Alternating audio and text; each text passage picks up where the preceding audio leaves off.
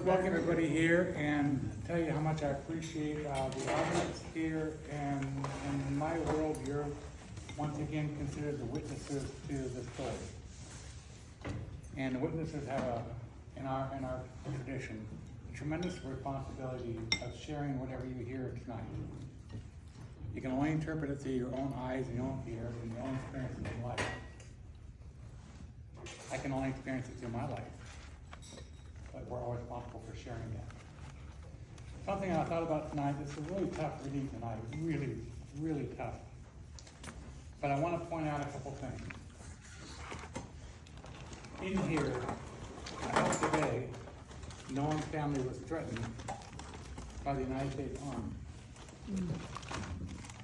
No one's life was threatened. When we all pulled up here, there were no police officers at the door. That was a daily occurrence a short time ago. We need to appreciate that.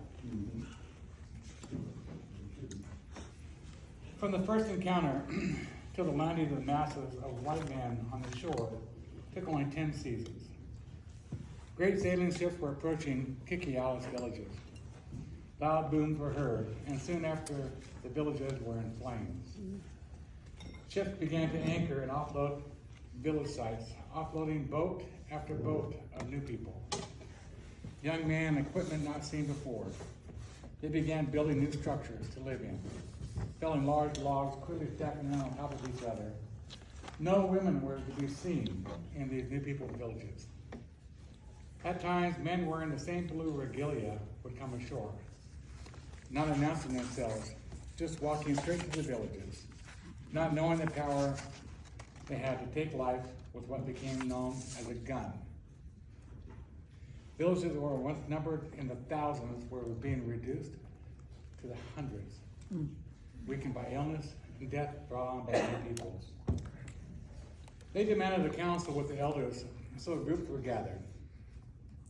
They insisted that no women were to be allowed in the meetings. Some of the men knew a bit of trade language, the native men did. And through multiple encounters, the best translators were given the job of being the first into the villages. Any land or village site was deemed valuable to the new people was designated off limit to the natives. In the lower land, the tribes that held sites that held berries and camas were destroyed, forcing the villagers further away from the life they had known since time began. Village after village was destroyed, now taken up by the new people. Let me elaborate real quickly on since time began. There's something that science teaches us is when you view time from whatever perspective, it has an effect on what you're viewing. Your perspective on that. So when all the native people say, you found this all over South America too, everyone says, we've been here since time began, since the beginning of time. Well, then the archaeologists come in and said, no, you've only been here for 10,000, 20,000, 30,000 years, whatever. Only. But if we understand science behind what that means, we invoke science, Western science. When was the point in time that man became aware of himself and herself? When they had the ability to understand they could create a family and a village and a community and a tribe and a culture. That's truly when time begins. The sapient existence happened around the world almost the same time of awareness. One of the things that spawned was a sense of curiosity. But the first thing that spawned was, who's responsible for this? So when you say when time began, it's also a way of saying when we first recognized the Creator. The villages were numbering once in the thousands, were being reduced to hundreds, weakened by illness and death brought on by the new people. The Skagit village at the fork of the river, and the Skagit River, held a burial grounds. High in the trees, the dead were placed there. They watched as men with axes and oxen felled the trees that were over 300 feet tall. The Skagit people used sky burials. The first thing they logged was from the river in, with no regard to they were actually, holding bodies. Yeah. An uneasy alliance of dependence was forged between the tribes and the new people. Skagit men were employed to bring goods upriver to new camps. Prices were always argued by the new people. There was always a fight. There was Skagit men that would go from Mount Vernon upriver. How much to bring a load upriver? And the average rate was $5. Can you imagine pushing a canoe upriver?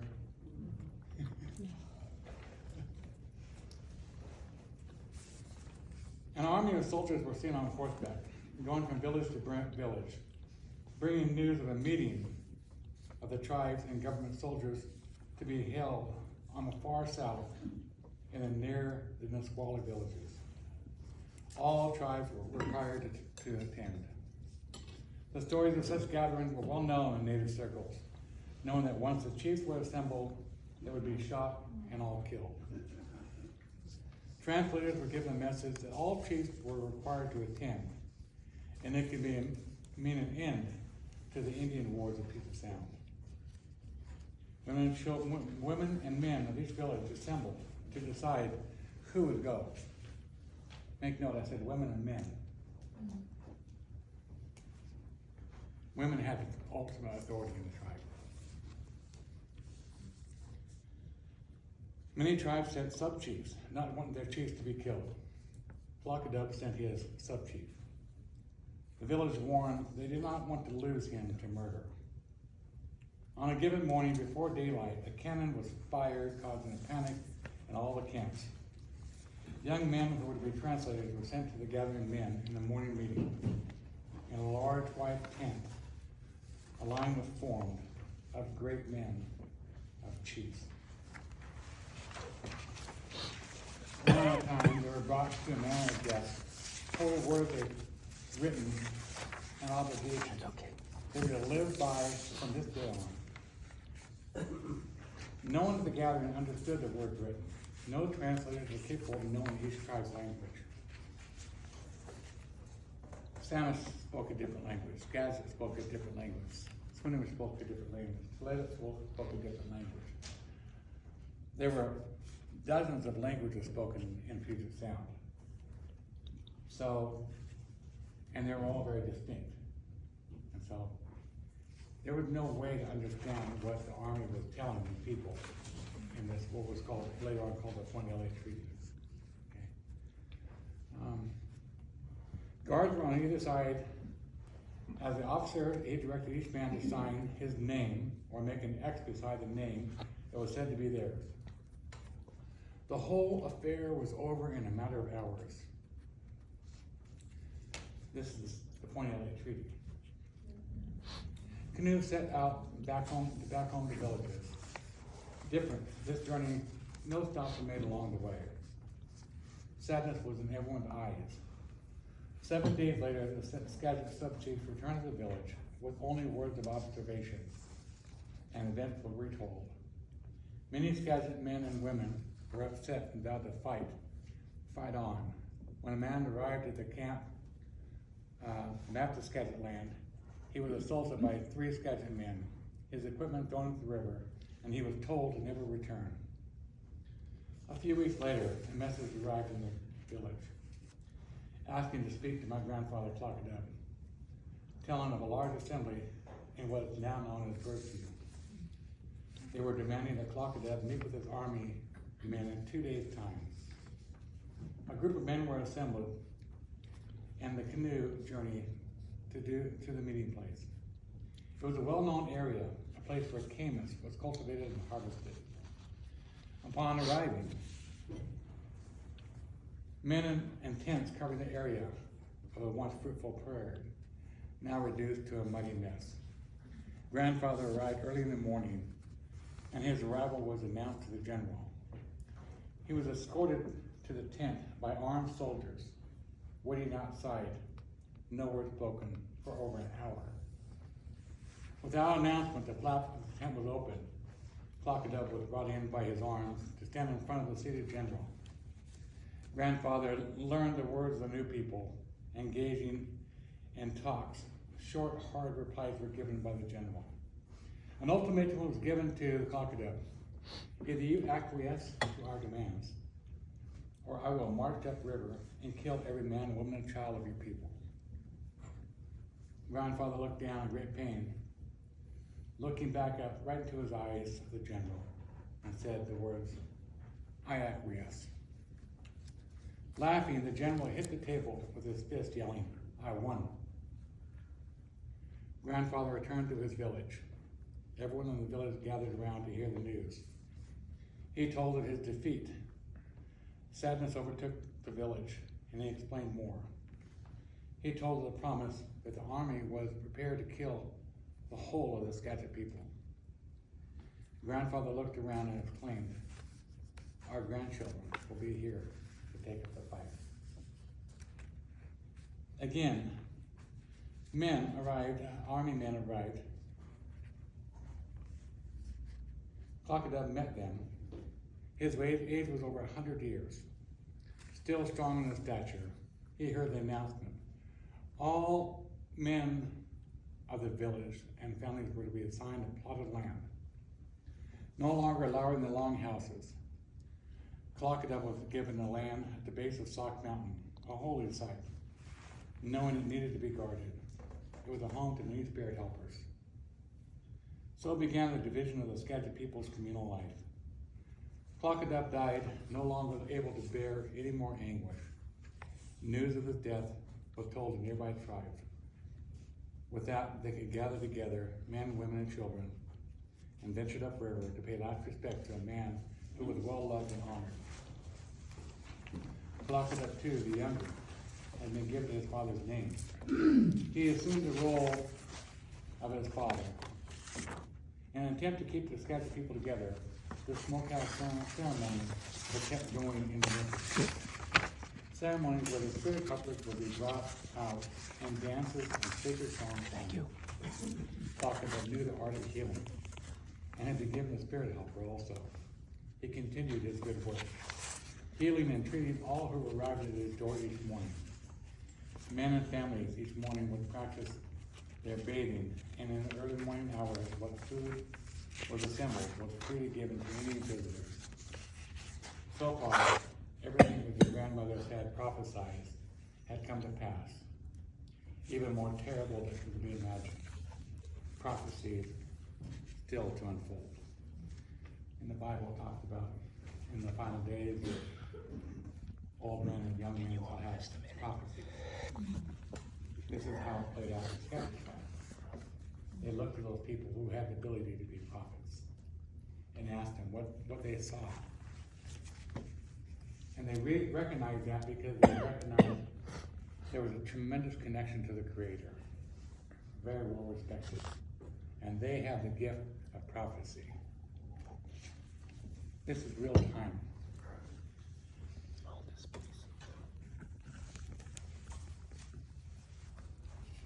Clockadub's son was grown into a fine young man and had witnessed the onslaught of cultures and learned the language well. He was also given a powerful name of his grandfather, Clockadub. With the honor and power that comes with that name, he was sent to a southern village where the Indian religion was announced. It was called the Shaker Church, a church of prayer and giving, and calling on the power of the spirit helpers to aid people who were suffering. Again, the government man arrived in Indian homes, accompanied by armed men, with the announcement that all Indian children were to be taken to government boarding schools. There they would learn the white language, the white man's ways and laws. The children would be taken to nearby schools where they lived and slept. Many, for the first time, away from family members. Children crying in the night came from cold villages. Wagons of children were seen crying and begging for their mothers and fathers. As men with guns held fathers at bay, stories of killings were known. The first schools were only 50 to 75 miles away. Families traveled downriver and were seen camping near the schools in an attempt to be close to the children. Clockadub's children were taken in such a manner. He too went to camp near his children. Government men confronted Clockadub and other families and told not to camp near the schools. Many children ran away from the schools, finding their way back home, only to be recaptured and returned to the schools. Stories of harsh punishment were known. Children beaten, starved, young girls raped, and death was common in schools. Children were forced to carry dead children out of the buildings, dig a shallow grave, uncover the child, leaving the grave unmarked. The area around the school became a huge Indian encampment. The decision was made by government people that the children would be sent to a new school hundreds of miles away, far enough that families couldn't see what went on. Clockadub's children learned to write in English. Twice a year, a letter would arrive from the lost children. In the summertime, without announcement, a wagon would arrive with Indian children of all ages, hair cut off, both boys and girls dressed in strange Western clothing, and shoes, unable to talk with their old ones, who now only spoke Skagit. There were strict instructions to have them ready in 3 months to return to school or else. Clockadub was employed by the government as the first mail carrier on the Skagit River, making round trips up and down the river 7 days a week. This route brought him to all the Indian homes, now scattered, bringing news from families. Some children were sent off to faraway lands in the Great Plains or far to the south, never to be heard from again. When a child died, the body was not returned, allowed to be turned over to the families. Clockadub was once more established a bond of family to make the trip with his family, but what's known as Vancouver Island. Using the same canoe his grandfather carved, he set out with wife and daughter across the Salus Sea. Unlike his grandfather's journey, the seas were devoid of life. He had heard stories of his grandfather, though the walrus was spotted and his daughter was covered with blankets and mats. Greeted by old family and knew a celebration was called for. Songs were sung in memory of happier times of prosperity. Long discussions were had of the Indian wars waged against the government, and tactics used, and wins and losses, concluding that after so much loss of life, their numbers were diminished, losing 80% of the people, young and old. Clockadub was asked if the spirit helpers were invoked in the wars. Yes, he replied. He gave descriptions of events, sharing stories of how Sasquatch protected the forest, keeping the new people away, but just for a short time. Losses were added up, losing Great Prairie to what became known as what became known as the farmers. Asked if Clockadub used the knowledge of time travel to go forward and back in time to understand the events. Yes, again was the answer, but the loss of life was so great to have effect. Stories were shared of how children were being kidnapped and sent to faraway places. Clockadub was asked how his daughter was not taken. We hid her in the forest, was the reply. Asked her where all the animals had gone, Clockadub replied, they were taken by the new people with guns and nets. In the evening, stories were told again of the beginning of time, when Raven discovered and freed the people, a time when all was new, when the earth was just created, a time when all the creatures could speak to one another, a time when the Star Child came down from the heavens, before the great flood, before the many great islands were placed in the Salus Sea. Clockadub and their chiefs spoke and shared and finished each other's stories. Women and men shared this time. Lachalitha, now an older woman, sister of Clockadub, was an important advisor to the medicine woman. She advised and practiced in storytelling, advice and information to the new people was to share, and how to deal with the heavy losses of tribal experiences. In conclusion, Lachalitha spoke, our future is in our stories. stories of the first days until today, spoken in our native tongues. All this is to be carried out in children's hearts and minds. If they decide we have a future as a people, it will be in their hands. The journey home was quiet. The winds favored the canoes, village by village, now scattered, fewer to be seen. Children were not seen playing at the water's edge. Few fires burned. Upon landing, greetings, there were no replies. Old women and men would emerge from the forest, gathering up the welcome Plakada and Lahalitha's family, gathering food at low tide, shellfish and herring eggs. The journey home continued without fanfare. Of the 15 Skagit villages, just a few years ago that had thrived in the river, none would be found. Single small houses along the river were all that could be seen. Looking up the mountainside, the sounds of trees falling on the shore of the river, once held giant stands of cedar and fir were barren, where many of the people held their dead were nothing but crushed stumps. Passing by the home of the Longhouse, now a pile of burnt timbers, sadness was in the air. Upon returning, many families arrived to Plakada's home to hear news of families far away, how the other villages were surviving. Lahalitha told a story of a great drought when the forests were burning and the people of the north were in search of a new homeland. A drought that lasted many years that caused great strife amongst our people. In passing, we became strong again, and we will still be here today. This is the lesson we have been given. What we were taught is the Creator's hand, it's in the Creator's hand, and will give us our future. She called for a gathering to sing and celebrate our lives. We will invite the Spirit helpers to join us. We will continue to come together and create our future. Great lines of food were laid out on the ground. First, feeding the ancestors, calling all of them to share in this day. Each plate was for a family member lost to the other side, invited back to the day. Each plate was filled with the food they once favored. When all the names were called out, the fire was lit around the place, lifting up the food as an offering and thanks to the Old One. Images in the smoke revealed men and women and children gathered from the other side watching. The following day, families gathered makeshift camps at Lahalitha's home. Everyone had brought food. A feast was given in honor of the days to come and the hope for coming days. What was the missing children? Far away in the government schools, they were said to have heard the songs and voices of drums calling out, a heartbeat of faraway families. The smells of familiar foods filled their rooms, and words of their grandparents, languages echoed off the walls and sleeping halls. Matrons were confused as they ran in fear to their rooms, locking the doors behind them.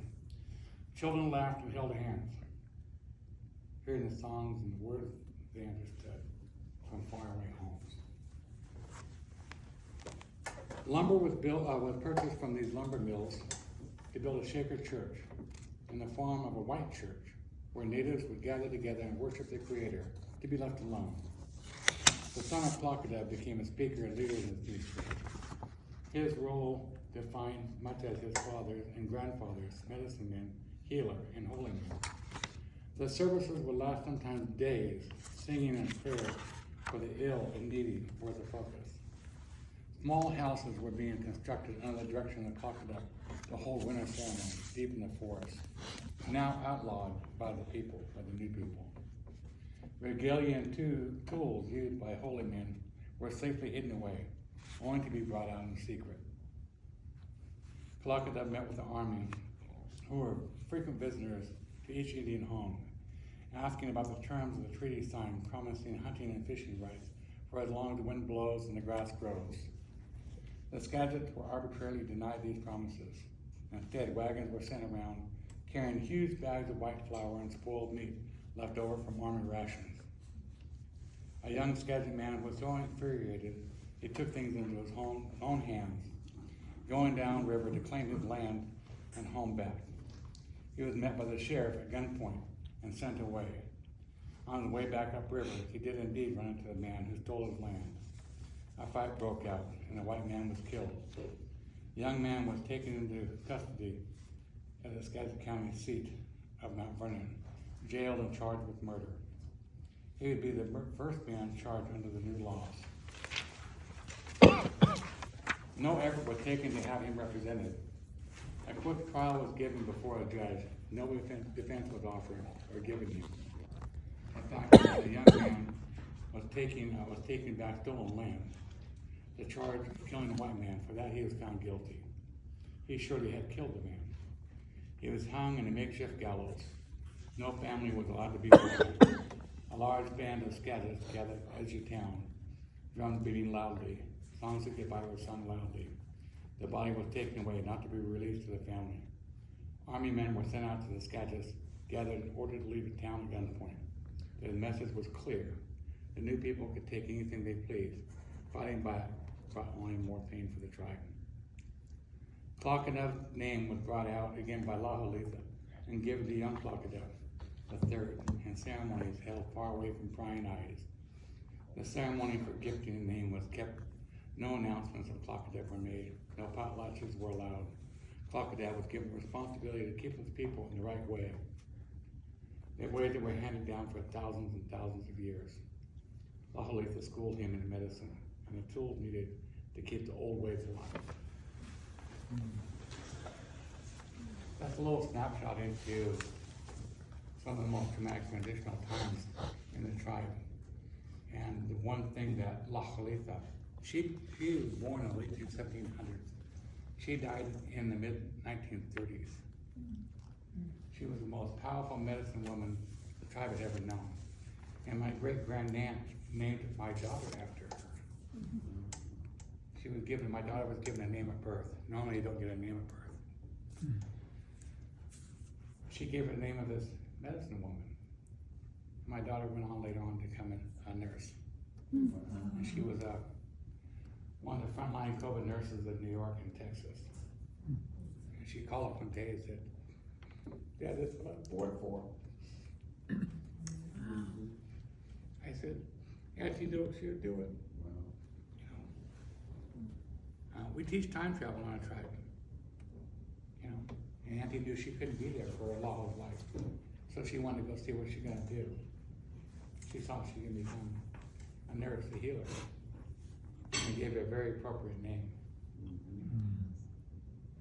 But what Lahalitha was trying to teach the tribe is, we can never stray outside of the Creator's vision and words. No matter what has been suffered by the people, there was never one good enough reason to stray away from the Creator's advice and words. I use the word spirit helpers. You say the word angel. But you notice the way I use spirit helper invokes a very personal moment to moment, hour to hour, day to day relationship. I think that's something that the Native people would love to teach the new people, is that estrangement is not necessary. When she gathered the big people together, the first thing she did was fed them. They sang and prayed. God, sounds like a Sunday morning, huh? You guys have the right idea. Unfortunately, you have a wonderful, wonderful leader in Father Paul. Father Paul is able to see into two cultures. If you can see into two, you can see into many cultures. And the words he's sharing for each one of you are the words that are going to lead to the salvation of your grandchildren, great-grandchildren, and great-great-grandchildren. It just leads to a better way of life. Calmness, happiness. I ask people a lot of times, I say, what of your misery are you willing to trade for happiness? That's a hard question for some people to answer. How's things going? Miserable. What do you want to trade for happiness? That comes down to, that's the question. What do you want to trade for happiness? So during the darkest times of our tribe, my great-grandaunt gathered together the people and said, never lose sight of where we are in the kingdom of heaven. Thank you all for gathering today.